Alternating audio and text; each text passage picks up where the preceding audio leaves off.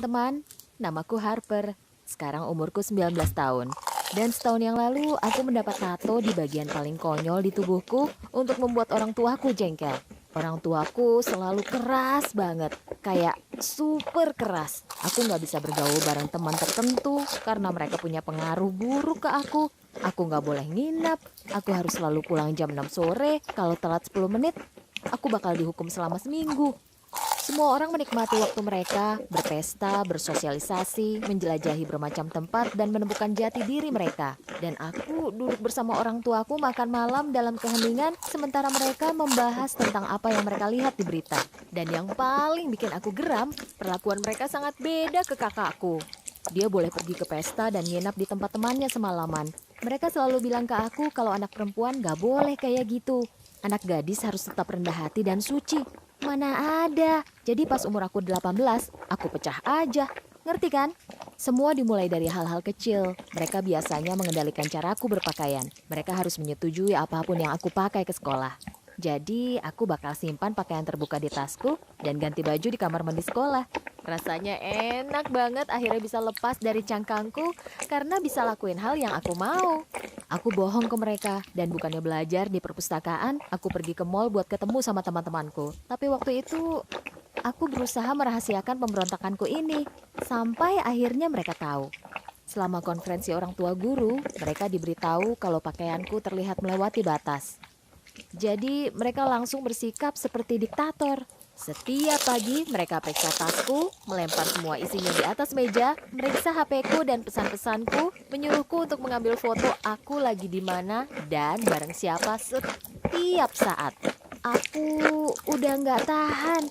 Dan disinilah semuanya menggila. Aku mulai pacaran dengan cowok yang dikenalin sama temanku, Din. Din keren banget, dia punya tato di seluruh tubuhnya dan mengendarai sepeda motor. Jadi suatu kali dia nganter aku pulang dan orang tuaku melihatnya. Ibuku keluar, mulai berteriak, mencaci maki, mengata-ngatai dan mengancamnya kalau dia akan memanggil polisi kalau dia melihat Din lagi. Saat itu juga aku putusin, apa-apaan ini? Kenapa aku repot-repot berusaha menyenangkan mereka? Aku ketawa, bilang ke ibu, semoga sukses nelpon polisinya. Naik ke sepeda motor lagi dan kami pergi. Aku dengar ibuku berteriak seperti orang gila dari kejauhan dan rasanya enak banget. Aku merasa bebas, tapi petualanganku nggak berakhir di situ. Kita pergi ke rumahnya dan nginap di sana sepanjang malam. Orang tuaku mengirimkan selusin pesan. Waktu kamu 5 menit. Kalau nggak pulang, nggak usah balik ke rumah lagi. Aku baca dengan lantang ke Din dan kita ketawa. Aku foto rumahnya, rokok berserakan, dan lukisan gelap di dinding. Dan kirim ke mereka bilang, aku nggak bakal pulang. Ayahku lihat pesannya dan mulai menelponku tanpa henti. Aku sempat pikir mau blokir dia, jujur. Tapi rasanya enak banget lihat mereka jadi gila. Mungkin mereka bakal tahu gimana rasanya aku tinggal bersama dan ngikutin aturan mereka. Dan kemudian aku lihat mesin tato di atas meja di rumah Din. Aku punya ide cemerlang. Sekarang ku harap nggak pernah mikir gitu. Din bilang ke aku kalau dia mentato teman-temannya di rumahnya. Jadi aku saranin, kenapa nggak lakuin ke aku?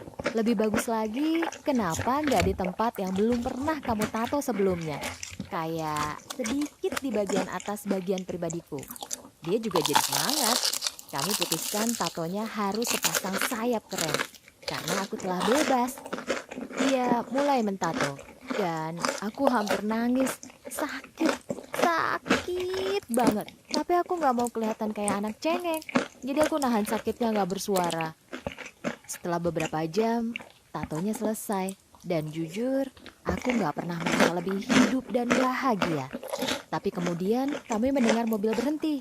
Aku intip lewat jendela dan lihat orang tuaku. Apa-apaan? Dia nampak ketakutan. Dia mulai bergumam seperti, dengar, aku gak mau terlibat masalah. Gak berurusan dengan polisi, paham kan? Jadi aku keluar untuk bicara dengan mereka sendirian. Ayahku mengambil tanganku dan memaksaku duduk di kursi mobil. Saat itu aku tahu kalau mereka melacak HP-ku. Kita sampai di rumah. Orang tuaku mulai berteriak kalau aku harus mulai mengepak barang-barangku. Tapi aku gak peduli. Aku mengalami malam yang paling indah dan rahasia yang gak bakal mereka tahu. Ayahku hanya menyuruhku ke kamar dan segera setelah aku masuk, dia mengunci pintunya. Maksudku serius, mereka menjarain aku. Aku baring di tempat tidur, dengar mereka menjerit, tapi aku merasa senang. Aku merasa aku udah menang. Sampai paginya, aku mulai merasakan gatal. Aku periksa tatoku dan melihat kalau tatonya bengkak. Ini kenapa? Aku coba mandi tapi nggak membantu sama sekali. Aku coba telepon Din, tapi dia ternyata memblok aku.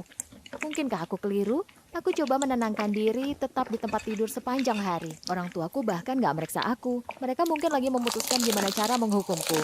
Gatalnya menjadi semakin buruk. Apa yang harus dilakukan? Aku nggak bisa kasih tahu mereka. Aku merasakan hawa panas dan dingin. Aku mulai menggigil. Keesokan paginya, rasanya seperti mimpi buruk. Ibuku datang untuk lihat aku lagi ngapain dan langsung nelpon panggilan darurat. Semuanya buram banget. Aku ingat melihat ibuku mengambil beberapa pakaianku dan menaruhnya di dalam tasku. Aku merasa begitu sendirian dan sengsara. Dia ninggalin aku. Ibuku mengepak barang-barangku. Mereka bakal ninggalin aku yang sakit di rumah sakit sendirian. Dan aku bahkan gak tahu apa yang terjadi padaku. Aku ingat rumah Din yang kotor dan apa yang kubaca di internet. Ya Tuhan, dia bisa saja menularkanku HIV atau hepatitis. Dokter mulai menanyakan berbagai pertanyaan ke aku. Aku merasa malu banget dan takut. Aku beneran gak mau ngasih tahu dia tentang tatonya dan di mana lokasinya. Tapi aku gak bisa milih. Jadi aku tunjukin ke dia, aku pengen mati karena malu. Dan ternyata tatonya kena infeksi. Tapi bakal sembuh sendiri. Dia bilang ke aku untuk tinggal di rumah sakit untuk sementara sampai demamnya turun dan resepkan aku antibiotik. Aku baring di ranjang rumah sakit. Nangis, mewek karena aku merasa kesepian. Barang-barang yang dikemas ibuku ada di lantai. Dan aku di sini sendirian, nggak punya rumah. Hidupku terasa seperti mimpi buruk. Sampai aku lihat ibuku bicara dengan dokter di aula. Dia datang ke kamarku dan aku bingung banget. Aku yakin dia udah pergi. Aku bergumam dengan air mata. Aku kira mama ngusir aku. Wajahnya tampak khawatir. Dia ternyata senyum ke aku dan bilang, "Jangan konyol." Lalu dia peluk aku. Aku nggak ingat kapan terakhir kali dia meluk aku. Walaupun orang tuaku keras banget, di malam yang paling mengerikan dalam hidupku, mereka tetap di sisiku. Mereka mencintaiku, mereka merawatku. Aku bilang maaf ke mereka, dan akhirnya tertidur melihat dua wajah penuh kasih di depanku. Aku udah merusak tubuhku secara permanen, dan gak bakal bisa menghapus gambar mengerikan ini dari bagian pribadiku. Tapi setidaknya aku belajar bahwa mereka yang benar mencintaimu akan tetap bersamamu di waktu senang maupun susah. Walaupun saat ini kita semua terlalu malu untuk membahas tatoku, aku harap suatu hari kita akan bisa tertawa tentang semua ini.